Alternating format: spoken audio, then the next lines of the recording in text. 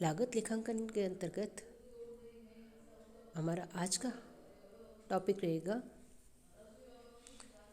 प्रशासनिक बिक्री एवं वितरण उपरिव्ययों का अवशोषण एवं कुछ विशिष्ट मदे जिनको लागत लेखों में किस प्रकार दिखाया जाता है उसके बारे में हम आज अध्ययन करेंगे।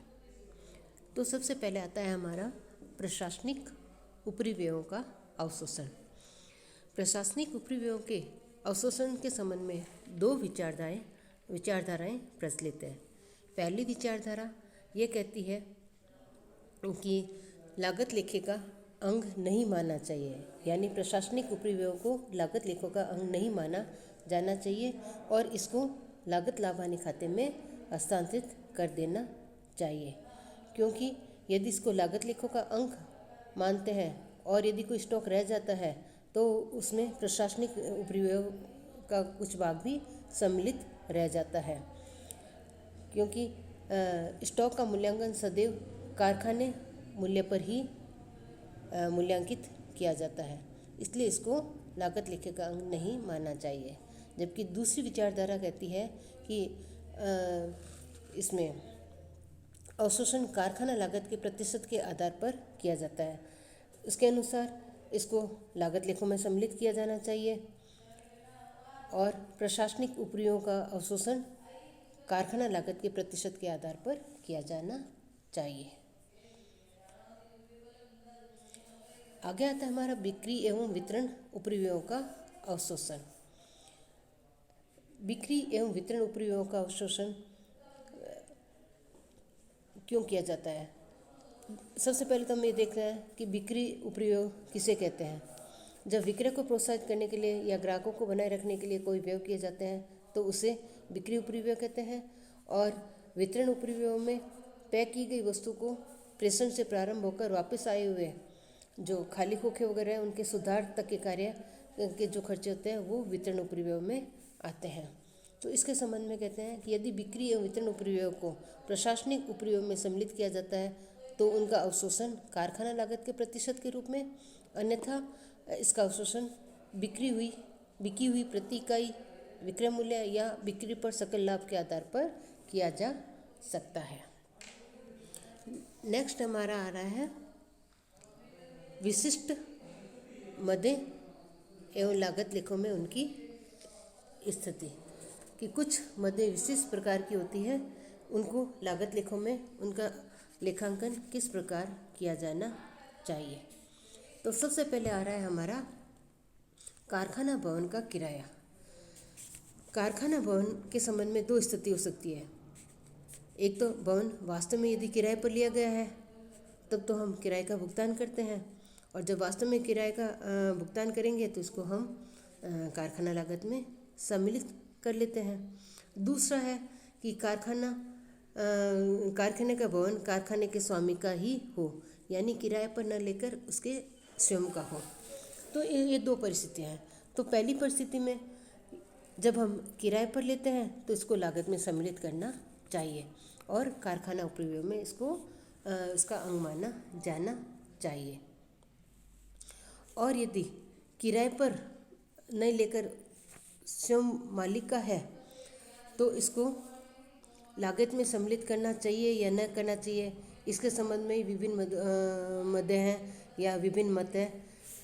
पहला मत तो ये कहता है कि स्वयं के भवन का किराए को लागत में सम्मिलित करना चाहिए, क्योंकि इसके संबंध में यह तर्क दिया जाता है कि यदि भवन किराए पर लिया गया होता तो उस पर किराया दिया जाता है या नहीं, इसलिए इसको लागत में सम्मिलित करना चाहिए। जबकि दूसरा मत यह है कि काल्पनिक किराया सम्मिलित नहीं होना चाहिए, क्योंकि भवन पर हम मूल्यह्रास चार्ज करते हैं और इसे लागत लेखों में सम्मिलित कर लेते हैं, इसलिए इसमें सम्मिलित नहीं करना चाहिए। तो भवन के संबंध में इसमें यदि किराए को ब्याज का स्थानापन्न माना गया है जो कि भवन में लगाई गई पूंजी पर मिलता है तो यह स्थिति हमारी न्यायोचित नहीं है। भवन के समान यदि अन्य संपत्तियां जैसे प्लांट, मशीनरी, फर्नीचर आदि इन संपत्तियों पर ब्याज की राशि का समायोजन नहीं किया गया है तो मूल्यह्रास के अतिरिक्त इस भवन पर ब्याज के स्थानापन्न के रूप में किराए का चार्ज करना उचित नहीं होगा, क्योंकि हम मूल्यह्रास लगा रहे हैं तो हमें किराया नहीं लगाना चाहिए। तो ये दो परिस्थितियाँ हैं। तो यदि हम किराए पर लेते हैं तब तो उसको कारखाना लागत में सम्मिलित करना चाहिए, और यदि किराए पर नहीं लिया जाता है तो इसको हम मूल्यह्रास चार्ज करते हैं, जिसके किराए को, काल्पनिक किराए को इसमें शामिल नहीं करना चाहिए। दूसरा आगे आ रहा है हमारा गाड़ी भाड़ा। गाड़ी भाड़ा हमारे दो तरह की हो सकती है, एक तो आवक गाड़ी भाड़ा और दूसरी जावक गाड़ी भाड़ा। आवक गाड़ी भाड़ा हमारा सामग्री पर दिया जाता है, जो सामग्री हमने खरीदी है उस पर दिया जाता है। तो ये हमारा प्रत्यक्ष खर्चा मानकर हम सामग्री के मूल्य में जोड़ देते हैं, और यदि इसको ऊपरी अन्यथा इसको कारखाना उपयोग का अंग मान सकते हैं। इसी तरह जावक गाड़ी भाड़ा है। जावक गाड़ी भाड़ा यदि ग्राहक से वसूल करते हैं तब तो लागत लेखों में इसका कोई प्रभाव नहीं पड़ेगा, अन्यथा इसको हम विक्रय एवं वितरण उपयोग में सम्मिलित करना चाहिए।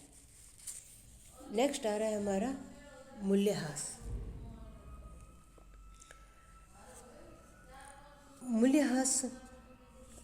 मूल्यह्रास के संबंध में ये स्थिति है कि यदि प्लांट एवं मशीन पर मूल्यह्रास प्रयोग विधि के अनुसार लगाते हैं, इसमें दो विधि के अनुसार मूल्यह्रास लगा सकते हैं, एक प्रयोग विधि के अनुसार, दूसरे समय विधि के अनुसार। तो कुछ संपत्तियां हैं जिस पर प्रयोग विधि उपयुक्त रहती है और कुछ पर समय विधि, जैसे भवन, अन्य संपत्तियां, फर्नीचर, इन पर हम समय के अनुसार मूल्यह्रास निर्धारित करते हैं।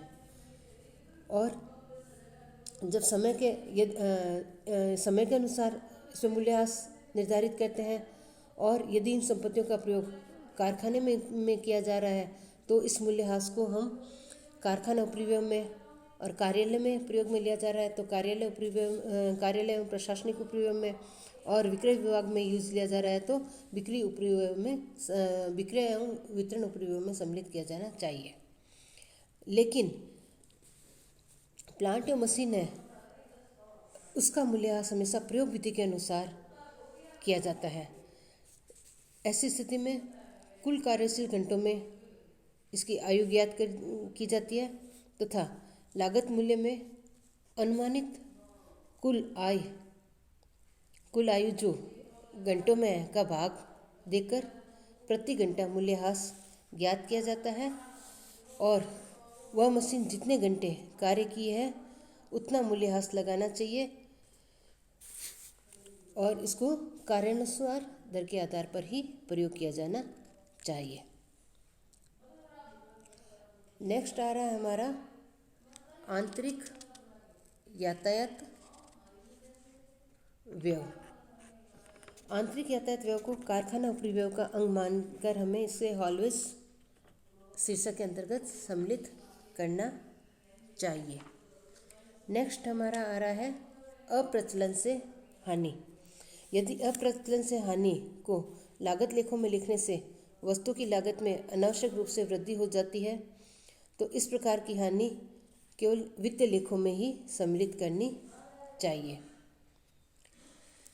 क्योंकि यदि पुरानी मशीन नई मशीन के आविष्कार के कारण प्रयोग से हट जाती है तो यह अप्रचलन से हुई हानि को लागत का अंग हमें नहीं मानना चाहिए, अन्यथा इसको लागत का अंग माना जाना चाहिए। नियोक्ता के द्वारा दिए गए चंदों को हम कारखाना उपरिव्यय में सम्मिलित करते हैं। उसके पश्चात आ रहा है हमारा डूबत ऋण। डूबत ऋण की राशि यदि सामान्य है तो उसको विक्रय एवं वितरण उपरिव्यय में सम्मिलित करना चाहिए।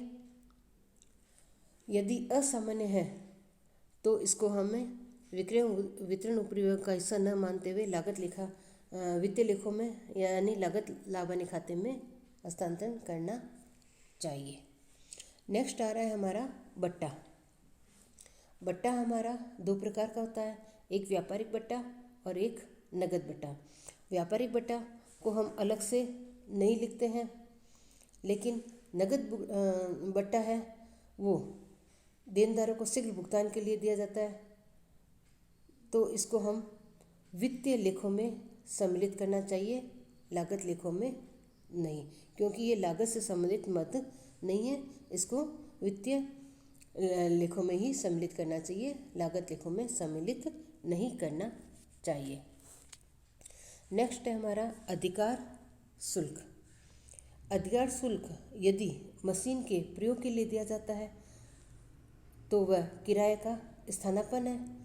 इस ऐसी स्थिति में इसे कारखाना प्रयोग मानना चाहिए। यदि अधिकार शुल्क वस्तु के उत्पादन से संबंधित है तो इसको मूल लागत का अंग मानना चाहिए। और यदि अधिकार शुल्क बेची गई वस्तुओं पर दिया जाता है तो इससे विक्रय एवं वितरण उपरिव्यय का अंग माना जाना चाहिए। इसी तरह बीमा शुल्क है। बीमा शुल्क में प्लांट एवं मशीनरी पर यदि कोई बीमा शुल्क दिया गया है तो इससे कारखाना उपरिव्यय का अंग माना जाना चाहिए। यदि सामग्री के संबंध में बीमा करवाया गया है तो कारखाना उपरिव्यय का भाग समझा जाना चाहिए। नेक्स्ट हमारा इसमें आ रहा है पैकिंग व्यय। पैकिंग व्यय की दो परिस्थितियाँ हो सकती है। एक तो निर्मित वस्तु की रक्षा और उसकी सुरक्षा के लिए, क्योंकि जिसके बिना उस वस्तु को बेचा जाना संभव नहीं है। ऐसी स्थिति में पैकिंग व्यय को मूल लागत का हिस्सा माना जाना चाहिए। और यदि पैकिंग व्यय यातायात में सुरक्षा की दृष्टि से किया जाता है तो ऐसे पैकिंग व्यय को विक्रय एवं वितरण उपरिव्यय का हिस्सा माना जाना चाहिए। नेक्स्ट आ रहा है हमारा दूषित कार्य की लागत। दूषित कार्य की लागत के संबंध में हम कह सकते हैं कि यदि दूषित कार्य सामान्य है तो इसे कारखाना उपरिव्यय मान लेना चाहिए। और यदि यह सामान्य नहीं है तो इसे हानि मानकर लागत लाभ हानि खाते में अपलिखित कर देना चाहिए। इसके पश्चात हमारा आ रहा है विज्ञापन व्यय। विज्ञापन व्यय भी हमारा दो प्रकार का होता है, एक तो पूंजीगत प्रकृति का, दूसरा आयगत प्रकृति का। तो पूंजीगत प्रकृति का विज्ञापन स्थायी संपत्ति का निर्माण करता है और इसका लाभ दीर्घकाल के लिए प्राप्त होता है, जबकि रेवेन्यू विज्ञापन व्यय दीर्घकाल के लिए नहीं अपितु कम समय के लिए ही इसका लाभ प्राप्त होता है। तो इसलिए आयगत विज्ञापन व्यय को लागत में सम्मिलित कर लिया जाता है, जबकि सम्मिलित करके इसको विक्रय एवं वितरण उपरिव्यय में सम्मिलित किया जाता है, जबकि पूंजीगत विज्ञापन व्यय को हम कृत्रिम संपत्ति मानते हुए लागत लाभ हानि खाते में अपलिखित करना चाहिए। नेक्स्ट हमारा आ रहा है निष्क्रिय समय की लागत। निष्क्रिय समय की तात्पर्य है कि मशीनें जिस समय खाली रहती है यानी कोई उत्पादन कार्य नहीं होता है तो उस समय की लागत को हम निष्क्रिय समय की लागत कहते हैं। यदि प्लांट और मशीनों को निष्क्रिय रहना पड़ता है तो ऐसी स्थिति में निष्क्रिय समय पर मशीन के खर्चों को हम कारखाना उपरिव्यय का हिस्सा मान सकते हैं।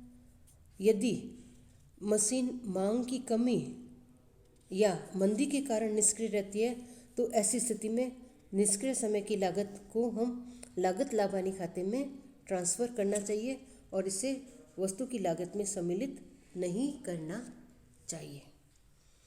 अब अंत में जो हमारा महत्वपूर्ण आ रहा है पूंजी पर ब्याज। सबसे बड़ी बात है कि पूंजी पर जो ब्याज है वो लागत लेखांकन में सम्मिलित किया जाना चाहिए या नहीं किया जाना चाहिए, यह बहुत ही विवादास्पद है। तो इसके संबंध में दो तर्क दिए गए हैं। पहला पक्ष कहता है कि सम्मिलित किया जाना चाहिए और दूसरा पक्ष कहता है सम्मिलित नहीं किया जाना चाहिए। पहले पक्ष के अनुसार जो ब्याज को सम्मिलित करने के पक्ष में है उनके अनुसार कि ब्याज हमारा एक लागत का एक महत्वपूर्ण घटक है। जिस प्रकार श्रम का मूल्य पारिश्रमिक मजदूरी है, उसी प्रकार पूंजी का पारिश्रमिक भी ब्याज है। अतः इससे हम जब मजदूरों को मजदूरी दे सकते हैं तो पूंजी पर ब्याज क्यों नहीं, तो इसे लागत में सम्मिलित किया जाना चाहिए। इसके अलावा उनका पक्ष है कि उत्पादन के लिए विभिन्न मात्राओं में पूंजी की आवश्यकता होती है, तो तुलनात्मक लागत ज्ञात करने के लिए वस्तु की लागत में ब्याज को भी सम्मिलित करना चाहिए। इसके अलावा कह रहे हैं कि जो धन वस्तु के उत्पादन के लिए मशीनें व अन्य संपत्तियों में विनियोग कर दिया गया है, यदि वह धन अन्य स्थान पर विनियोजित कर दिया जाता तो उस धन पर ब्याज प्राप्त होता। अतः ब्याज को लागत में सम्मिलित किया जाना चाहिए। और ब्याज को लागत लेखांकन में सम्मिलित नहीं करने वालों का तर्क है कि पूंजी पर ब्याज लाभों के आंतरिक समायोजन की समस्या है, यह लागत लेखों की नहीं है। कहते हैं कि एक उत्पादक स्वयं की पूंजी से व्यापार चलाता है, दूसरा बैंक से उधार लेकर, तीसरा बाजार से ऋण लेकर विभिन्न प्रकार की पूंजी प्राप्त करना व्यवसाय की सुविधा पर निर्भर है। तो पूंजी पर दिया हुआ ब्याज केवल प्राप्त लाभों को प्रभावित करता है, लागत को प्रभावित नहीं करता है। इसके अलावा कि यदि ब्याज को लागत लेखों में सम्मिलित कर लेते हैं तो इसका प्रभाव ये होगा कि उपरिव्यय बढ़ जाएंगे, इससे हमारी लागतें भी बढ़ जाएगी। इसके अलावा कि ऐसे उत्पादनों पर जहाँ बिक्री की गति तेज है और लागत मूल्य कम है, ब्याज को लागत मूल्य में सम्मिलित करने से कोई भी लाभ नहीं है। इसके साथ साथ यह भी तर्क दिया जाता है कि पूंजी पर ब्याज लागत लेखों में केवल उन्हीं मदों को सम्मिलित किया जाता है जो वास्तविक खर्चे से है, काल्पनिक खर्चे से नहीं। और ब्याज वास्तव में दिया नहीं जाता। यदि ब्याज वास्तव में नहीं दिया गया है तो इसे लागत लेखों में सम्मिलित नहीं करना चाहिए। अब हम इसके संबंध में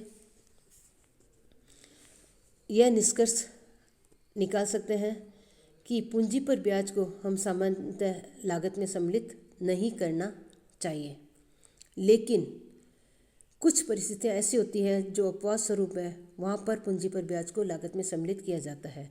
जैसे फर्नीचर उद्योग में हम गीली लकड़ी खरीदकर उसको परिपक्व या सुखाना उसका अनिवार्य है, तो परिपक्वता की अवधि तक के जो व्यय किए जाते हैं वो उस लागत में सम्मिलित किए जाते हैं। तो परिपक्व लकड़ी में लगी पूंजी पर इस काल में यदि ब्याज लगाया जाता है तो उसे लागत में सम्मिलित किया जाना चाहिए। तो ये परिस्थितियों पर निर्भर करता है। धन्यवाद।